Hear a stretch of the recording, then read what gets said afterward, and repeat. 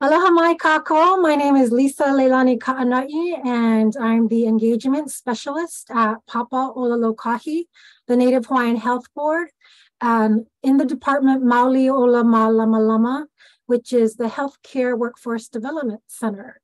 And I'd like to welcome you all today to before I became a doctor with Dr. Momi Kaʻanoʻi and Dr. Neal Palafox. I'm just going to go over some housekeeping tips if this is your first time here. This will be recorded and shared with those that did register. And you may also use the Q&A feature or chat feature for your questions or comments. And if this is your first time here, you will be automatically added to our email list for future presentations, so that if you are unable to make it, as long as you register, you will receive the recording. And then also at the end, there will be a survey that pops up. This is where we get topics for our webinars. If you have to run and can't complete the survey at the end, we'll follow up on Monday, just to double check. So mahalo. And normally I would be introducing my two guests, but because they're going to be talking story about themselves, and just to let you know, if you don't know, Momi is my sister-in-law, but I'm more famous than her. She just doesn't know it. So I will go ahead and turn it over to you, Momi. I do know that, Lisa. Thank you. Mahalo. Okay, so I'll just share my slide here. Okay. Aloha mai kako. Everyone, my name is Momi Kaʻanoʻi, and I am a wife, mother, and kauka.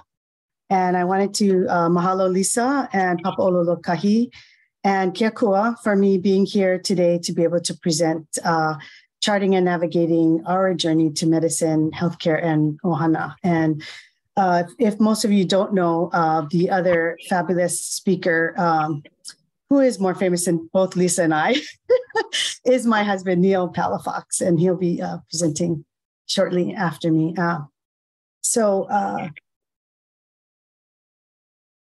wanted to introduce you to, okay.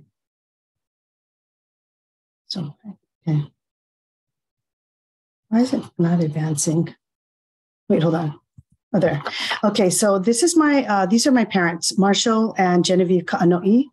My dad was a flight attendant for United Airlines, and my mom was a social worker. Most of her life with QLCC, known as Lili'uokalani Trust now. She also worked, in Hilo for a bit and with Child Protective Services. My parents worked very hard to put myself and my other four siblings, the five of us, through Catholic schools and colleges. This next slide is my dad. The nice thing about being family to a flight attendant is you can fly in first class. And so we were traveling, especially in college. It was nice to travel first class, but it was a wonderful opportunity to learn about other people and other cultures and to travel the world as much as we could afford to. This next slide is my family. I'm the second of 5 children, but before I talk about my siblings, I want to go back to just the sort of humble upbringing of my family. My dad's father worked in the refuse department, and his mom was half Chinese, half Hawaiian, and she was a homemaker. They got married really young, 17 years old. And my mom's parents, her father was a print typesetter for the Star Bulletin, and her mother was a receptionist, and she also played the piano and organ at Holy Trinity Church. And I also wanted to go back further. My great-grandfather, my mom's grandfather, installed phones at the Iolani Palace, and her mom's dad was a sea captain.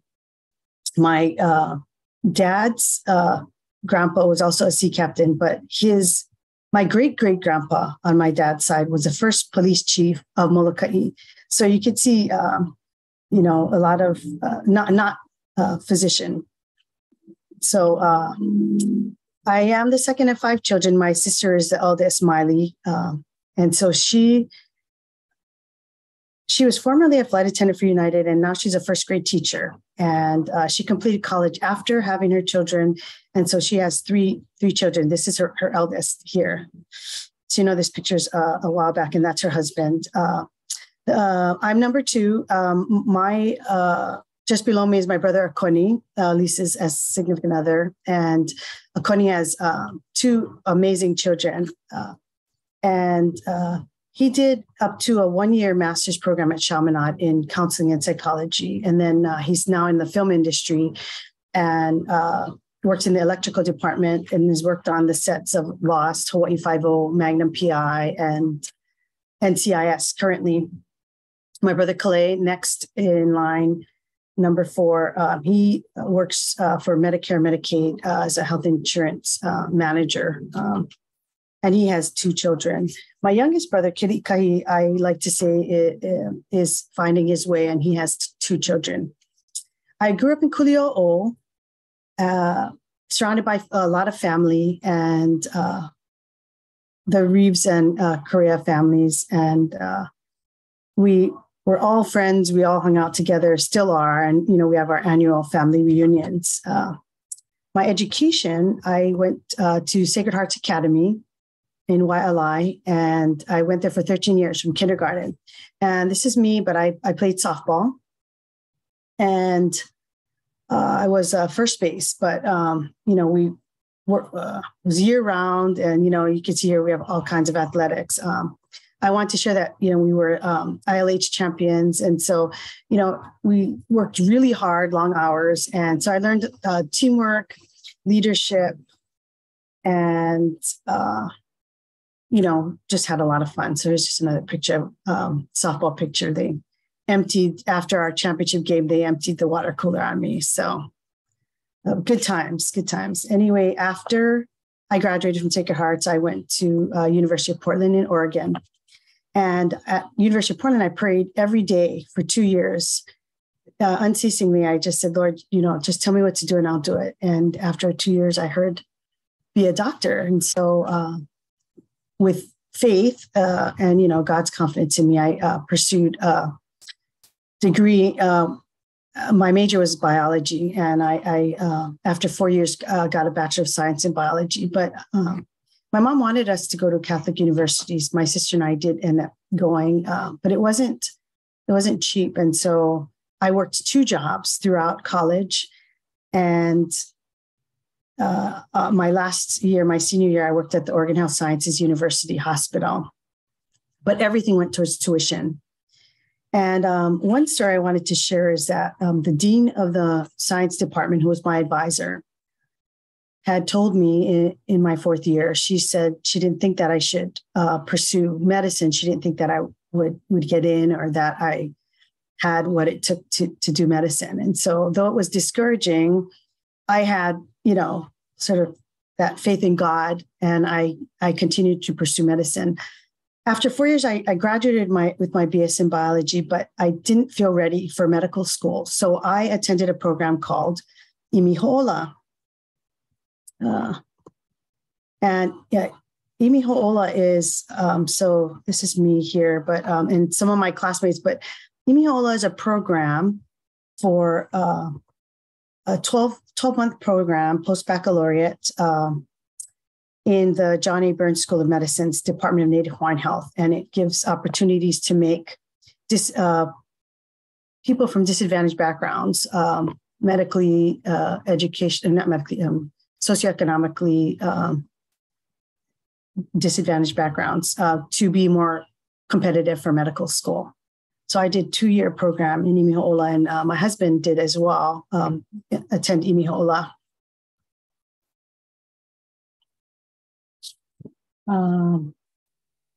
So I didn't feel ready for medical school. So fortuitously, my parents went to a dinner and they sat next to Nanette Judd, who was the director at the time. And she told them to encourage me to apply. So I did. And it really helped me. Long hours really helped me to get into medical school. I didn't get in the first time. And so I went to second year through ʻiwi, but I did go to the the dean of students at the med school. And I asked, what do I need to do to get into medical school? So he said, improve your test scores, improve your grades, and you're in. So I did apply a second time and I did get in to medical school. I applied for the Native Hawaiian Health scholarship program, and I was a Native Hawaiian Health scholar recipient. And that's the program that Lisa works with in her department at Papaʻololokahi. It was an amazing experience. The Native Hawaiian Health Scholarship Program develops a Native Hawaiian healthcare workforce, helps us to have Native Hawaiian professionals to address the needs of Native Hawaiian communities, to provide primary health care. I was able to get a 4-year scholarship with this program, and they provided tuition, books, fees, and a monthly stipend. And my payback was to work in a Native Hawaiian healthcare shortage area. And I'll come to that shortly. As part of the Native Hawaiian Health scholarship program, I went to Aotearoa with a group of Kauka and Native Hawaiian health professionals, and it was amazing. And in my 4th year of medical school, I did go to Molokaʻi, Hana, and Hilo to work with the communities there. I graduated from medical school, and I got my MD, and I then became the first Dr. Kaʻanoʻi in the state and in the world. And so it was really a big deal. So my dad had a big luau. This is Waimanalo in the background. It's at my uncle's ranch. So he did an imu. These are all lau, some pork butt. But they did do also an imu with a pig. And he blocked off a whole lane, 8 houses in Kuli'o'o, and there was live entertainment. We had all kinds of food. It was just amazing. He was so proud. My parents were very proud, and I was very happy to give back in the community as a kauka. So after medical school, I did my family medicine residency with the Department of Family Medicine and Community Health. I did rural rotations in the Republic of the Marshall Islands. We did flexible sigmoidoscopies. I did 2 back-to-back deliveries with 1 bulb suction and 1 clamp. So it was, some of the islands we went to, there was no electricity or water. There was a catchment system. It was very, very rural medicine. You have to work a lot with your hands and your mind. So it was really an amazing experience. And residency was a really wonderful experience for me. I also learned leadership being the chief resident of the department. After my 3 years of residency in family medicine, and I became board certified in family medicine, I did a 1-year faculty development fellowship with the Department of Family Medicine and Community Health. And the fellowship was also with the Native Hawaiian Center of Excellence at the medical school and with ʻImihale Native Hawaiian Cancer Awareness Research and Training Project. So the Native Hawaiian Center of Excellence seeks to improve the health of Native Hawaiians through education, research, and community initiatives, and allows Hawaiians to pursue careers in medicine and encourages research as well, and other health professions. The ʻImihale was a 5-year project funded by the National Cancer Institute aimed at reducing the burden of cancer among Native Hawaiians. And its goal was to decrease the incidence and mortality for Native Hawaiians and encouraging research, training. And so what I did was I worked on colorectal cancer research. I did surveys, and I worked with the Native Hawaiian civic clubs And I did this amazing grant writing workshop as well with other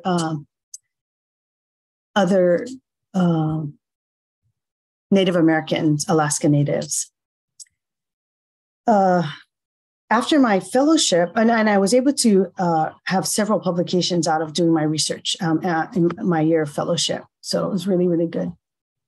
And I did write a few grants as well.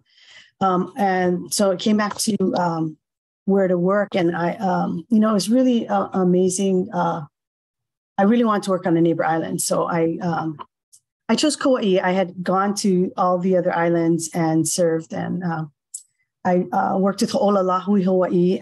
My boss, the CEO now is David Peters. He was an amazing boss. We were able to open the first community health center on that island. And I was able to be the first medical director of the first community health center. And within 3.5 years, we had 3 clinics up and running. But, he allowed me to serve the need. And so I did home visits, I did satellite clinics, whatever I needed to do to serve the needs of the community there. So it was an amazing experience. I worked with a La'au Lapa'au specialist, and I just want to share a quick story before I finish up. I worked with a La'au Lapa'au in taking care of a man with congestive heart failure, and it was just amazing working together. She had me doing lomi lomi on him. He refused to go into the hospital, but we were able to take care of him with her la'au and with my Western medicine. And he would come to my clinic every day for a week, and we took care of his heart failure, and he survived. We took care of patients with diabetic patients who didn't feel heart attacks. And had blockage. We were saving lives on Kauai. It was amazing. So this is a picture of my family. This is my amazing husband, Neal, our children, some in-laws. Anyway, I wanted to conclude with what I call Momis, or pearls of wisdom. And I just wanted to share, do what you love. It was a fun ride for me. Hard work, but it was worth it. And people who loved and cared for me always told me, don't let medicine change you. Don't let it change who you are. And I kept to that truth.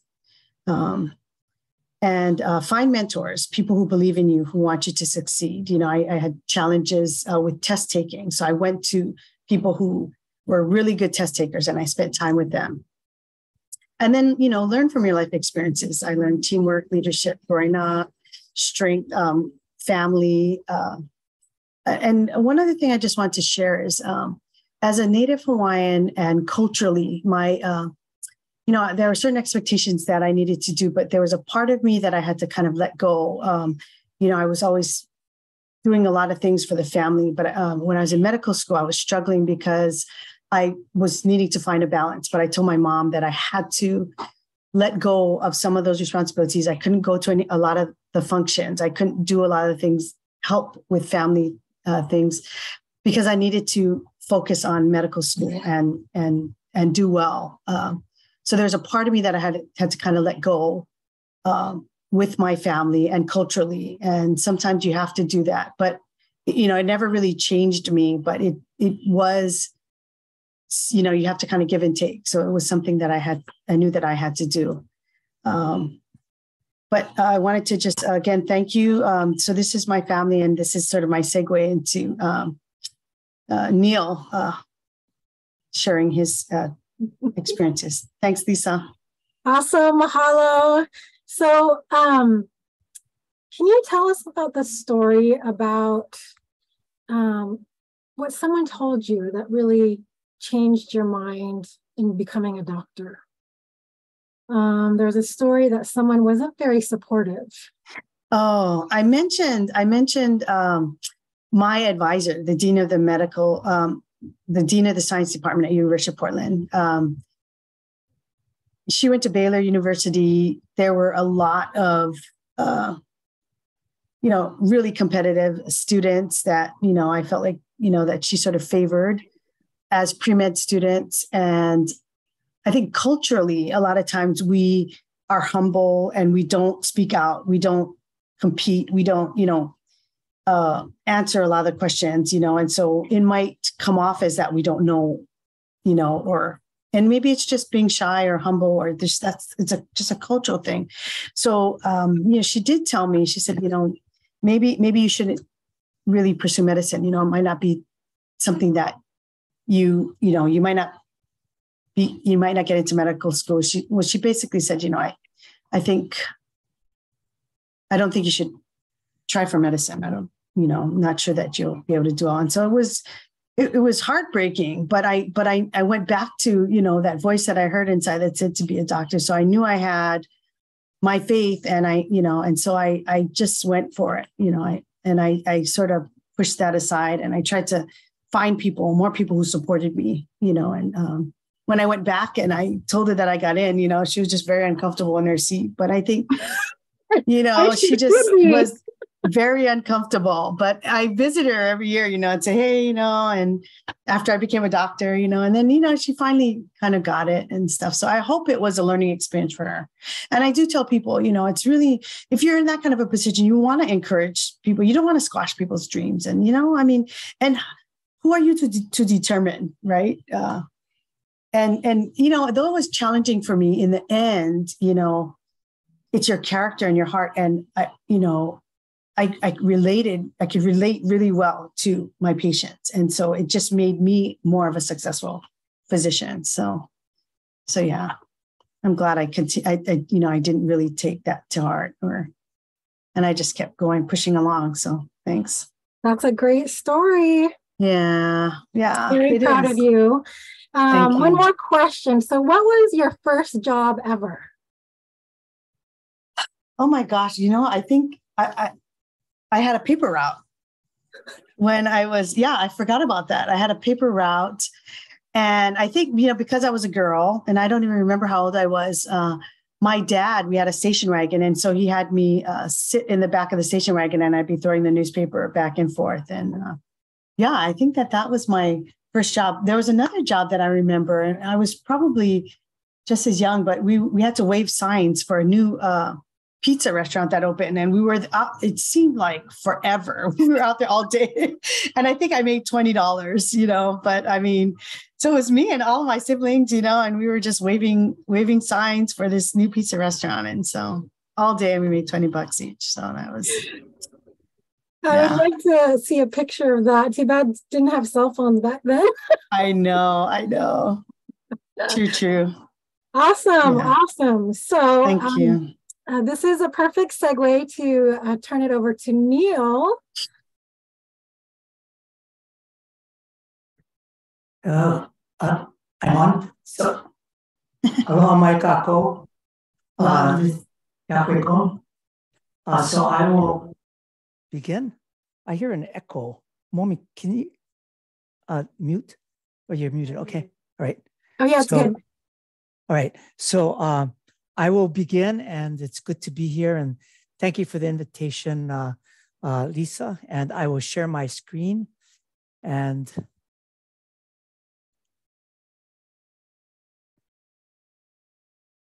okay. Do you see this? Yep. Okay. So, also I will be speaking after my wonderful wife, Momi Kaʻanoʻi. And, in the light of her, my sister-in-law, who will probably get her doctorate soon. And so, it's one where then we'll have several Kaʻanoʻi doctors. And I'll be speaking on my navigating my journey, Momi talked about, through medicine, healthcare, and with the family.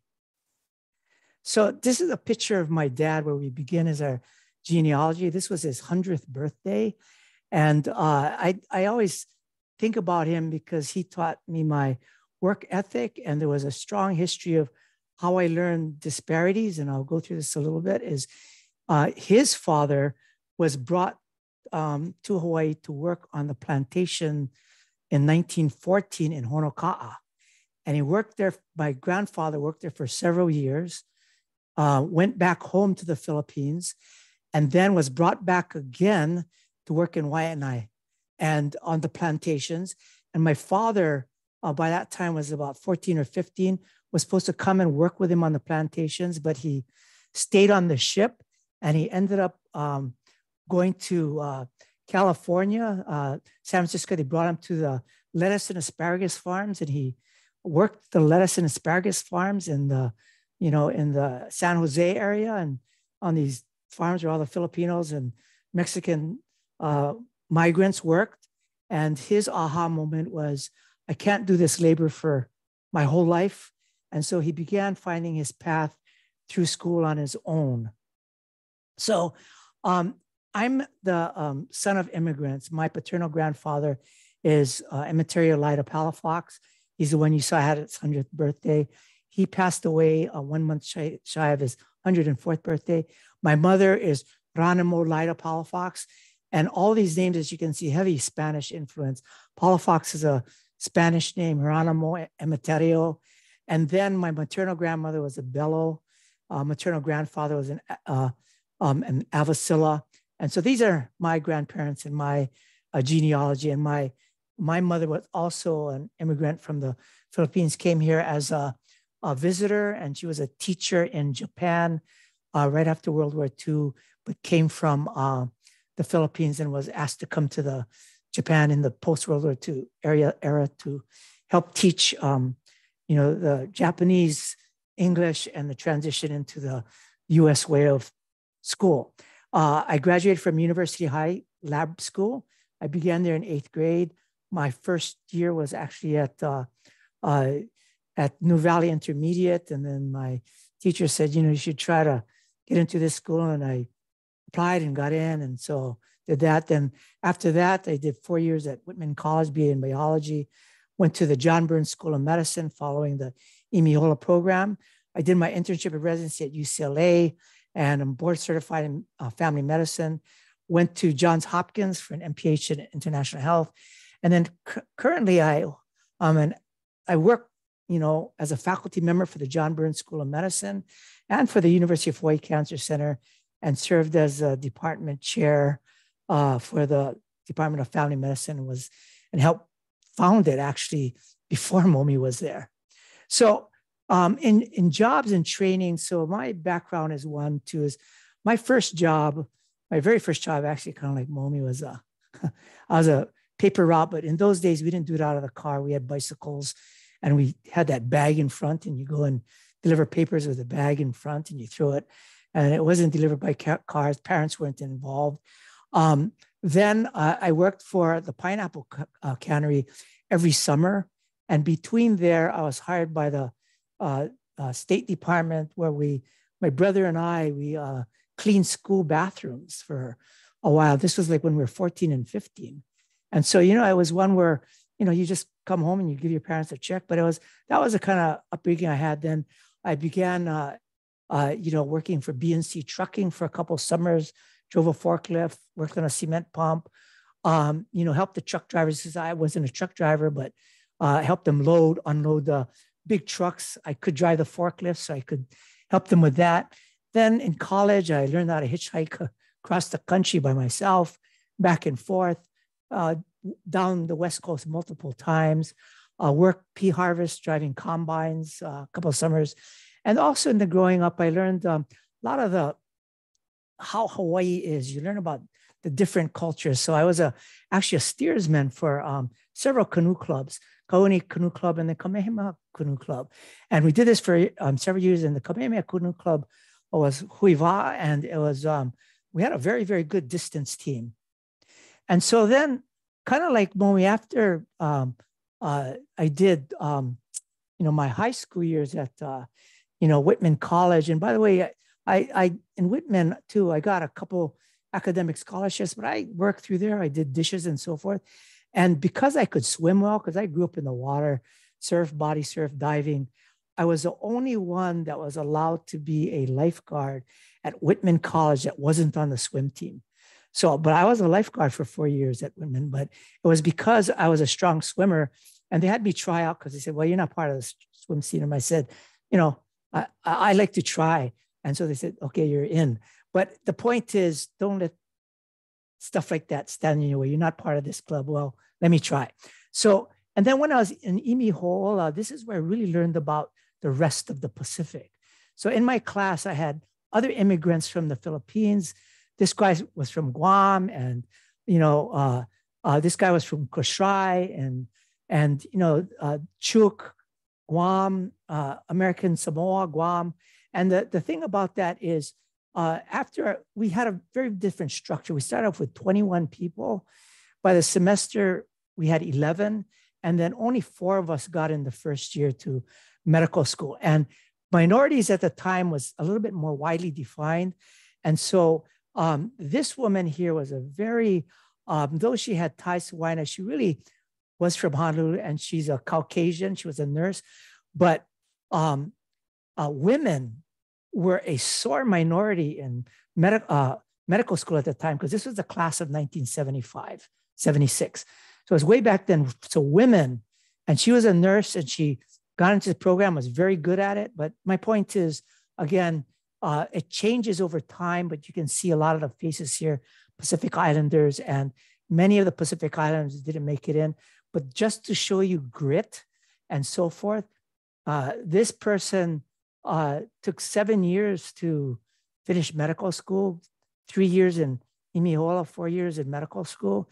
This person didn't make it into JABSOM, but he's from the Pacific, but he followed a medical school in Fiji, and he became an ENT surgeon. And then Rosendo Rudolph didn't make it in, but he then went to be a teacher, a politician. And when I met him last time, he not only is a priest, but he heads up a school in Chuuk that trains, young minds. And so the point is, and John Tuatele didn't make it in either, from Samoa, but he stayed with it. And then he became an internist trained in Fiji and Port Moresby. And he's a physician now in America. So the point is, stay with it. You don't get in by one program, go through another program, do what you have to do. But what I did was I learned about the stories of these folks. And many of them were from countries like Momi said, no running water, developing, they run out of medicine. And I was kind of like, is there really places like that the US oversees that? And so that was my history. I said, well, I'm going to go visit after I finish medical school. So in Imihola, this is a Samoan friend of mine. He became a pediatrician. This is a Vietnamese person who was in my IMI class. He became a pediatrician, and I became a family medicine. But we all made it that first year, into medical school. And this is a picture of us walking to the cafeteria. And so after that medical school, then I trained up at UCLA, as I mentioned. And then I wanted to see the Pacific, because that's what my classmates told me. They told me how terrible the health services were. So they flew me to all these sites. I did a National Health Service public health scholarship, and I ended up in the Marshall Islands. And just prior to that, at UCLA, I did free clinics, care for the homeless. I staged up my learning for Micronesia because I knew they didn't have much. So I did a lot of emergency room in my 3rd year. And in those days, when they tell you in your 3rd year of residency, you're going to be the emergency room physician, you are the emergency room physician. There's no other doctors there, which would be totally inappropriate now, but that's how they worked back then. And then Micronesia, I had to train into high-risk obstetrics. I learned that at USC County, and took call every other night, but they taught me the high-risk obstetrics. So the point is, if you have to do something, I was going to Micronesia, train up for it, be ready for it. And I'm glad I did. Also, while I was in the medical school, did a book on cross-cultural caring. This was way back before cross-cultural caring was even a thing. And then I went to the Marshall Islands when we talked about this, and this is the sereneness of the Marshall Islands. And it's, the legacy is the nuclear testing, and they don't have water, infrastructure problems, very bad. These are the folks that work on the military base, but you have to go to the military base to get water. It was a terrible, but a good experience.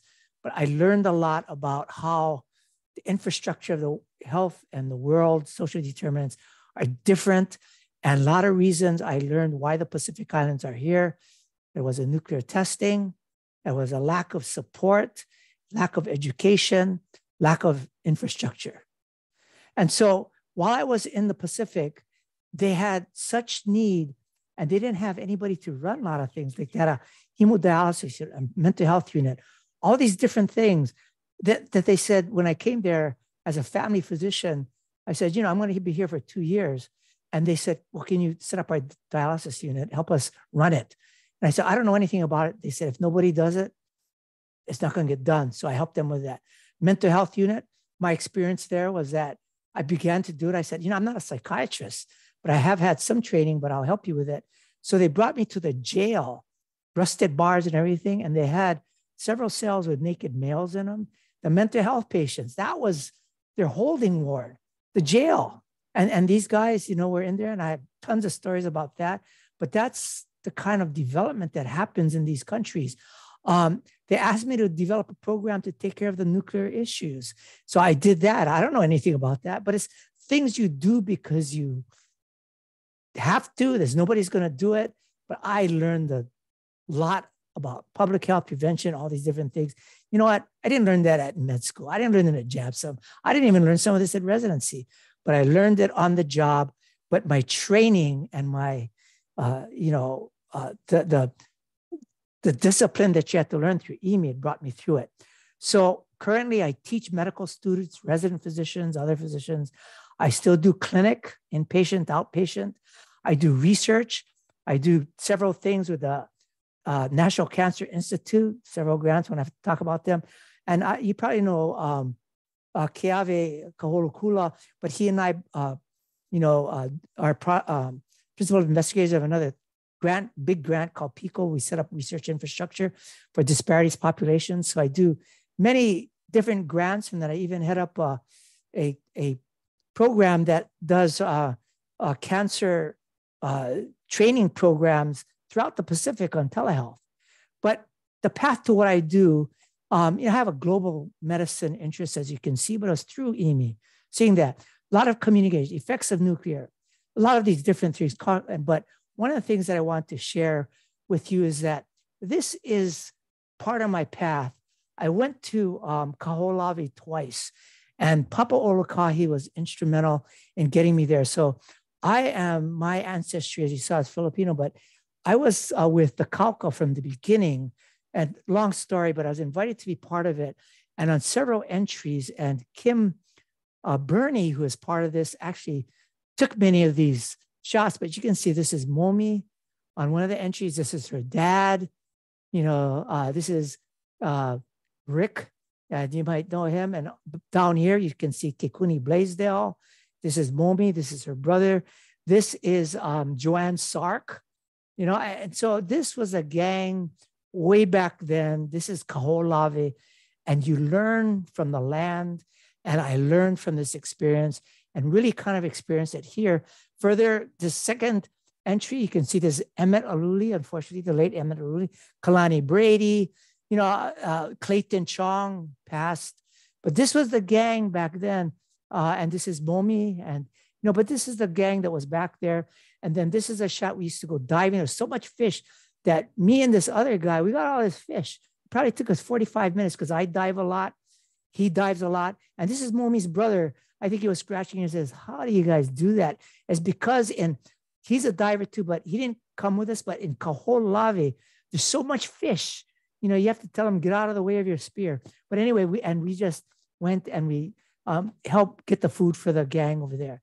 And then, of course, this is another shot of working with the native Hawaiian Kauka. And so this is Kekuni, and you can see this is Emmett and, Phil Reyes. But again, the gang brought me into the matrix. They kept me in the matrix. And they said, you know about the Pacific? And there was even one trip to Palau that I had, and working with the Micronesians in Palau. And Kekuni was my roommate in Palau. So again, and then one of the things I wanted to share was too, I was invited to be on the Polynesian Voyaging Society, but I never could make it because of my schedule. I said, no, can't be part. And so finally in 1917, 2017, when they were finishing the last leg, closing leg from Tahiti to Honolulu on the Malama tour, they said, will you sail with us? And, can you sail with us from Tahiti on the closing? I said, did you ask me to be on the closing leg? I said, I will. Of course, I had to train up and I had to be able to swim 2 miles and do all this stuff. But I felt confident in that because I do water a lot. And so I sailed. And one of the things that I did when I sailed is, I'll just jump to this part, is that I actually met Maupio, the master navigator from Yap in 1976 when Ben Young brought him to the Imihola class. So I learned a lot from him, including how much he brought to the Native Hawaiian navigational skills. But then when I went to the skills and, became part of this crew, I sailed for 24 days in open ocean. There were another 10 days in Hawaii doing Tahiti doing ceremonial things, but 24 days of open ocean, a lot of rough water. We had to, strap in and so forth. But this was my team. And this was, Mark Ellis and, the whole team. And we just worked together. You're on for 8-hour shifts. You work hard. Water's coming on board. Sometimes you feel like you're getting washed off. You get wet. You're cold. And that's why we're all, but you work as a team. You learn how to voyage. And this is at the end. Mark Ellis was that. And so the fixed path to your career for medicine is usually, like Momi said, you have to follow rules and regulations and laid out for you. You have to take all these things. You have to sort of follow that. But listen, and if you have the desire, just go for it. And even Momi was mentioning in her course of medical school, she had to give up certain cultural things. But look at her path after. It all came back. But sometimes you have to put some things on the side to get to where you want to go. The creative path is you manage all the conditions and environment. And what I learned from sailing is Hokulea is the star Arcturus, but it's the zenith star, meaning it's a star over South Point in the Big Island. And the way that the Tahitians found it was Hokulea, they'd sail from A'a, which is the Tahiti zenith star, and they look for Hokulea. And so you have to find your Hokulea. You have to find, where are you sailing? How do I get there? And you follow that star, you get to that star, and you do everything you can. It's not a straight course. We had storms, we curved around. You cannot straight sail there because the wind is in the opposite direction. But you know what? We got there. 24 days, we got there. And then the master navigator, Miles Words, he said, sail when you and your conditions are right. So Momi and I are telling the story, sail when you and your conditions are right, and sail when you're invited by the house. So you have to be invited by Hokulea and into that house. Coming back, you have to be invited into A'a. But Miles saying that you will know when you're invited. I was invited, I know it's crazy, but when I was invited by the parliament to sail on the closing leg, just, will you come and sail with us? I knew Nainoa from a long time working with him some things, and Bruce Blakenfield, master navigators, but they invited me. I said, and so I was invited. But you are being invited to medicine and your creative path, but sail when your conditions are right. So, this is a closing slide. And then I have come back. I work with Imihola. This is the Imihola board. You can see I'm here, the net Judd's here. This was a while back. The dean's here, the soon-to-be dean's here, Satoru's here, but they were just visiting at this time. Nathan Wong, also medical school, you probably don't. Clay Gomes, also family medicine. But anyway, you come back to it. I'm still on the advisory board of Imihola. Thank you very much. What is at your center? Know your direction. Know where Hokulea is for you. And sail when you're ready. So that's my course. Thank you very much for staying with us. Over to you, Lisa. Thank you. That was great. That's a lot. So thinking back about this, I don't think my kids know what a paper route is, and I don't think they know what hitchhiking is. So that's kind of cool. Yeah. You know, it also had me thinking, actually, I might have been in the second grade when I was doing work study at Sacred Hearts, helping the nuns. And I remember one of the nuns says, Momi, do you remember we used to clean bathrooms together? And I think I blocked it out because I don't. But I used to help the nuns with filing and, you know, so that might have been even before my paper route. But it's like you do what you got to do. Yeah. And what I want to bring with that idea of hitchhiking, Lisa, is that back in the day, I'm getting feedback. You guys could just, is back in the day, there was a different level of trust. So I hitchhiked back and forth to, you know, New Orleans and back. It takes a while, but there has to be trust by the hitchhiker and by the person picking you up. There was a tremendous amount of ohana back there. They don't know you, but they look at you and they take you where they need to go. And people would pick you up, you don't know. And, you know, I've even had experiences where a family put me up. They didn't know me. And they told me, you know, could you close up the house when you leave? We got to go to work. That kind of trust. And I'm going, you're kidding me? No. And they just said, and leave the front door open. And this was in Oregon. And so I just said, sure. And I closed it. And, you know, I did what they said. And, you know, I was like that. And of course, you get sometimes picked up by drunk guys, but even women hitchhiked, but sometimes it was a guy. And so sometimes you'd go on the road with a woman, but you could see women touring with a guitar or something. And it was a different world back then, a little bit. You know, the trust wasn't, it was different. It was probably the ohana that was back in the days that you guys grew up in, you know, and whether it's been in Alaska a long time ago, and when we grew up, it was just like that. You walk to whoever house and they say, come, eat. You know, some guys don't even know you. Come, we got extra food. What? Come. But anyway, I just want to share that because, and paper routes, I didn't. You're right. And you had to pedal uphill with the big bag. You know. So anyway, over to you, Lisa. Yeah, Neal, I trust you. You can come and clean my place anytime.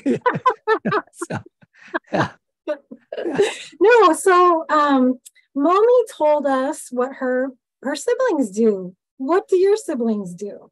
Yeah, so my siblings, my brother, I have 4 siblings. One is I have an adopted sister who, unfortunately, she was from the Philippines. She was actually my first cousin. My parents adopted her because she was actually my first cousin, but her parents, her father passed away, and long story, but parents adopted her, but she unfortunately passed away from colon cancer when she was 51 years old at a very young age. But she audited health grants, but lived in Seattle. She left for Seattle right after being a couple of years at the University of Hawaii, finished her degree up there, but stayed up there, married a guy from up there, but that's what she did, but she's passed. My second brother, 1 year older than me, he actually is a cardiovascular surgeon in LA. So he does heart surgery. He does, you know, he's a doctor of doctors, but he's 1 year older than me. But he really probably took a different medical path. He took the straightforward path. He didn't do too many things, but, you know, but he's a cardiovascular surgeon. He does that currently, has done that in the past. He didn't go to medical school in JAPSA, and he didn't go to, you know, his training anywhere in Hawaii. He did it all in California and stayed up there. And then my brother right under me, banker, was loans in several, you know, different banking systems. And then my youngest one does a lot of HR work, worked for the Hawaii Visitors Bureau, worked for Sheraton as an HR kind of guy. And right now he does some HR and management for a very wealthy person. He manages his plane and the hangar it's in, that kind. So he doesn't do very much, and he gets, you know, fair wage, but he's that HR guy and very athletic. I mean, of all of us, he's probably the most. And he, you know, was in Kalani's basketball team, first team, all that kind of stuff. So that's what my siblings do. And then, so tell us the story, your aha moment when you said, okay, I'm going to be a doctor. So it was a gradual thing, you know, and so I think where I really learned, I always liked science, and I was kind of good at it growing up. You know, not that I studied any more than anybody else. I just gravitated to it and I liked it. And so when I was at University High School in 8th grade, when I first came, my PE teacher told me, you're really good at swimming. I was dark and all that. And I told him, and he said, we have a Easter Seals program for the handicapped. And we have it, once or twice a week. And would you be a lifeguard for the kids and the adults? I said, sure. So I went there and I really then saw all the handicapped kids, some mentally handicapped, but a lot of them physically. And so that's where I really found out my interest in people's health. And so I with the science, and then you could see it evolved over time and my work and all that, and seeing the struggles of people that are truck drivers and permanent cannery workers. I thought everybody who was a cannery worker was a student. No, man, there's people who do that their whole life. They can pineapple and they work in the fields their whole life. And that's all they do. But anyway, so I read that, and that was my aha moment, that there has to be some way to improve these very important people who make the world run and do that. So I learned a lot from the guy that was handicapped with cerebral palsy, barely difficulty speaking, but I went all over with him. And I learned, it's possible. It's possible. And you learn stuff from people like this that you go, whoa, I didn't know this. But anyway, so that was my aha, but it was over years. And that's how I transitioned to these things. Very interesting. Very interesting stories. So this question's for you, Momi. What was it like? Is it still like this? That when you go to family parties, weddings, funerals, Christmas parties, hey, Momi, I get one rash over here. Can you come try look? Can you tell me what this is? Yeah, I get that all the time. I just say, cut it off, then they don't ask anymore, I said, if it hurts, cut it off. But I mean, it's just jokingly. Yeah.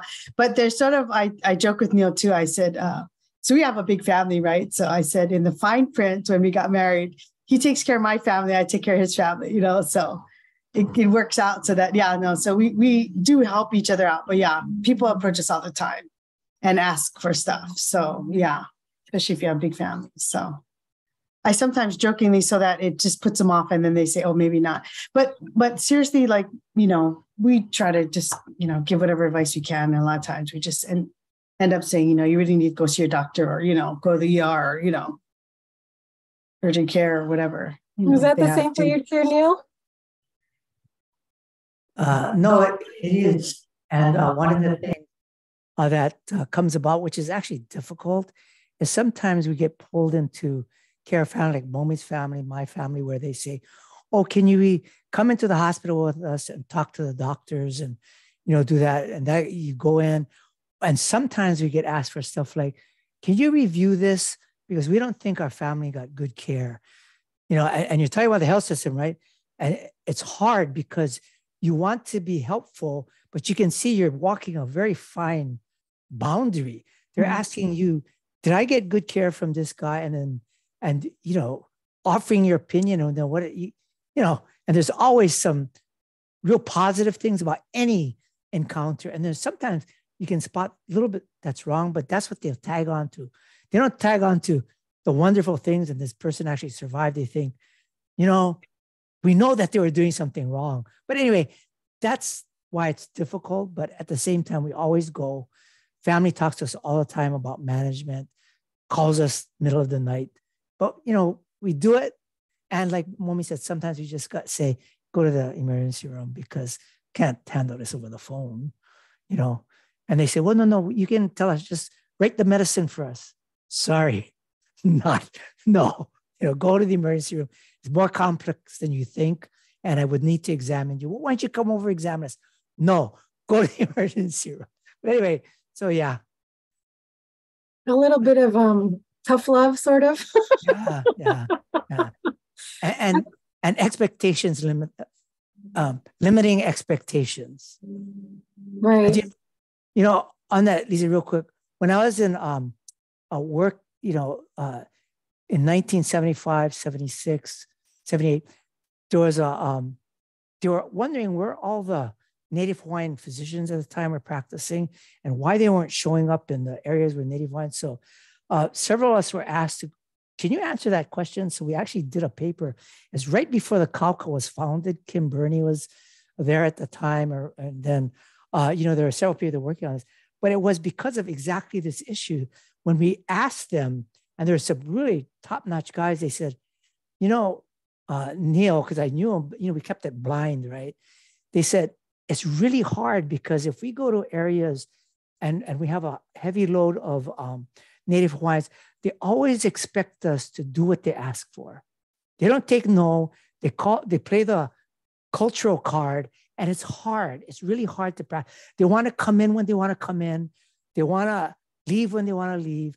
We have to see them on the side, and their expectations. So they said, it's just tough. And so sometimes we go to places away, not because we don't want to work with them. We do when we can. But then after this came out, the Kauka, and then there were ways to think about it and how to do it better, work with the community, educate the community. So exactly on your point, the expectations and that cultural expectation. Hey, if you're a doctor, you got to take care of me because, we're ohana. And that is a correct expectation. But what is the limitation for that? Right. Or you probably get outside.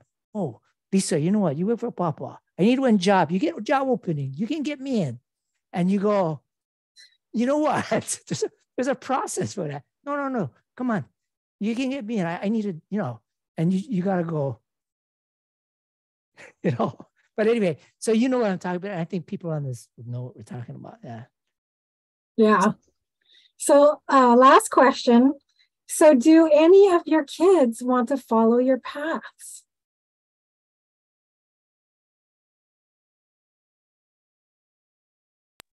I think they're smarter than us. Nobody they might not think so, but they know what it takes to do medicine. Actually, we don't have any expectations for them except to do their best and to be happy. But some feel like they have to live up to a certain expectation, but we just want them to be happy in whatever they are good at. And, so maybe if they don't think they're good at math or science or chemistry or whatever, they think that maybe they don't have to, but they still can if they want to. So far, our eldest is a nurse. That's the closest, I think, to healthcare that we have. And then, but so far, no takers yet. Yeah, Neal? Yeah. I would say they're finding their way. And several of them are good at science, but they're trying to figure out, how do I want to apply this? They're teens and they're just kind of, as you know, they bump to different things, but sometimes they don't know they're good at something. You say, well, your grades on this are pretty good. And they go, no, but I'm not interested. So I think part of it is keeping them interested in the things you can see they have a affinity for, and the things that they don't, like some of the, other things, you try to encourage that as well. But I think, like Momi said, encourage them, but be accepting of what they do, who they are, what they choose.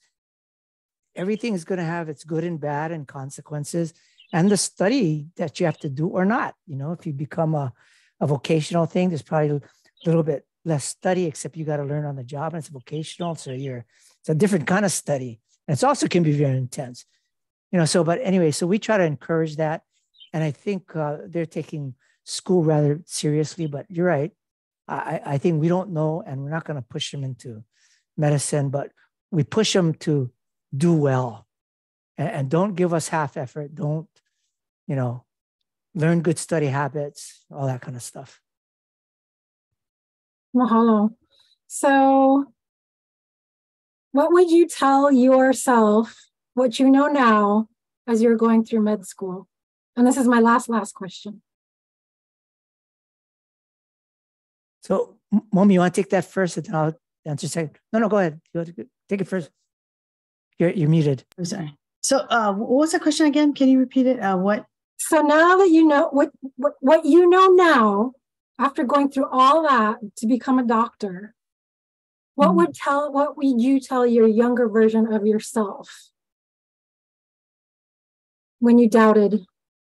Well, it's funny you asked that because growing up, I always thought that I didn't think that I was smart. I was 30 years old when I finally told myself, well, maybe I'm smart, and by then I was done with residency. But, some of the things that I had mentioned earlier,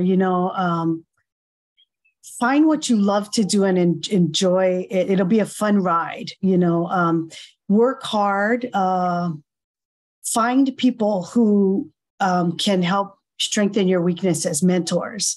And there are people out there that really care about your success. And so, knowing what I know now, back then is, I would have liked to be more confident in myself, I think, believe in myself a little bit more. I know I worked really hard to get through. And I think, I feel like I was sort of like a poster child for like Native Hawaiian sort of advancement programs, like I did, capitalize on ʻimihoʻola. I did capitalize on Native Hawaiian Health Scholarship Program, Native Hawaiian Center of Excellence, Native Hawaiian Health Systems, and so if you have those opportunities, really try to go after those opportunities. I think I would have, I think what was really hard, and I'm better at it now, is, culturally, you don't sell yourself as much. And maybe it's part of the confidence thing is, I would have liked to sell myself better in person and on paper to be sort of more competitive. But that's something that I learned along the way. I don't know that I would have changed anything. I had a really a good group of friends in medical school. So we had study groups.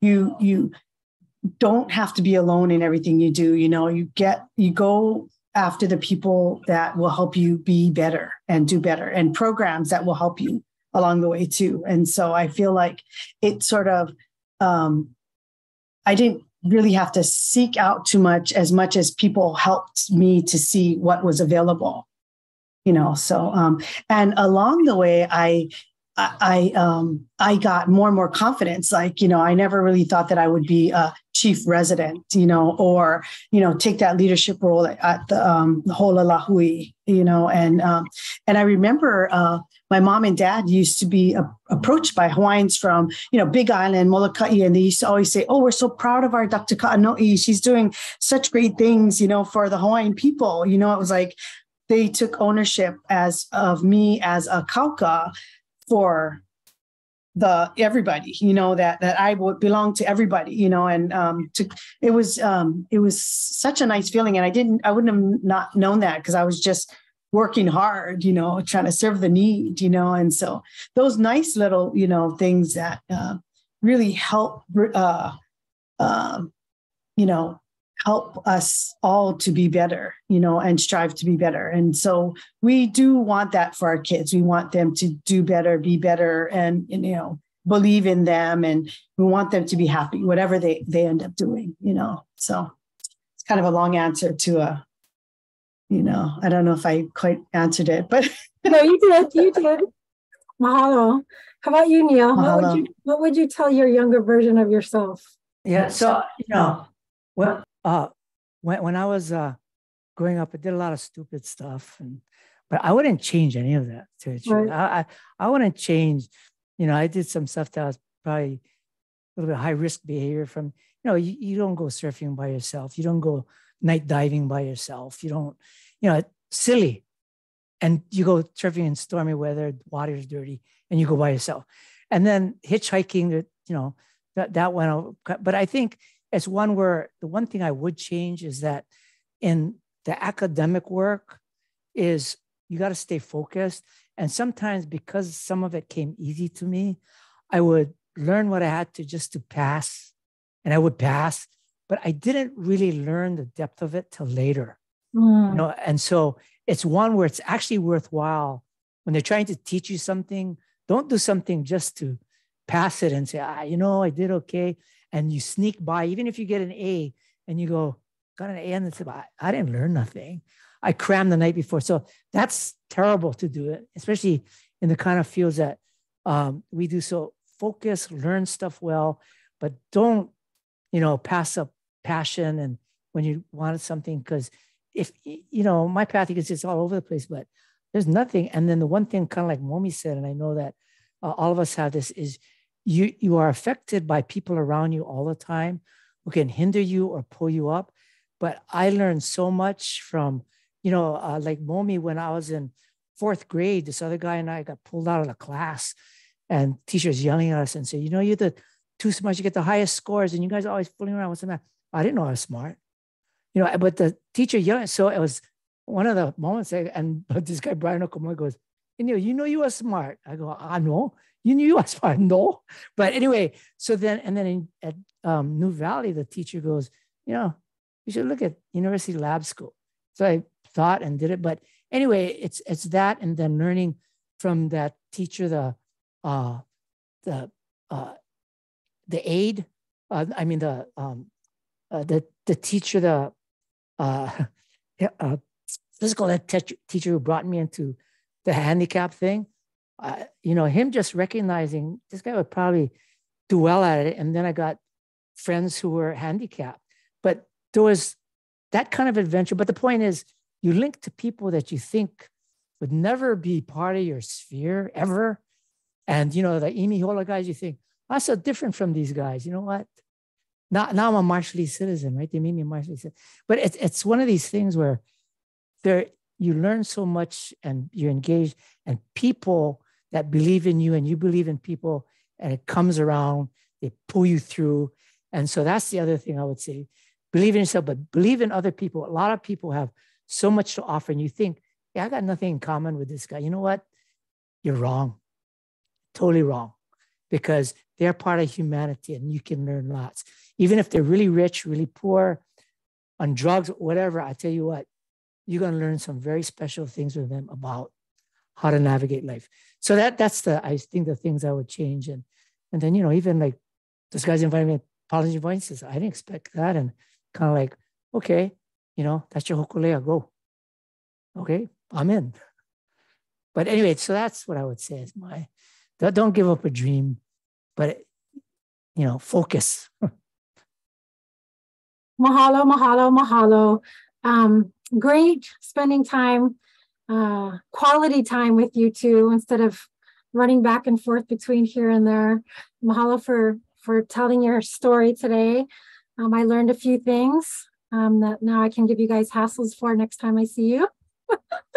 But yeah, so for those of you that are going to be watching this via the recording, we will have our next one is on the 27th. They're on the 2nd and 4th Friday of every month.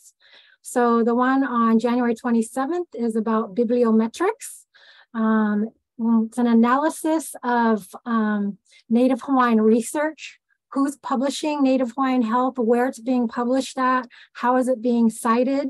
So it's definitely an innovative, interesting view, a layer of another part of being a Native Hawaiian Pacific Islander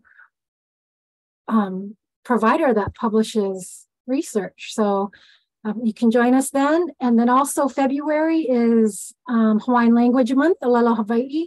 So we are actually going to partner with Papa Ulolokahi for our webinars and feature healthcare providers who speak Hawaiian. So we hope you can join us, and malama ke kahi, and ahuiho, we'll keep in touch.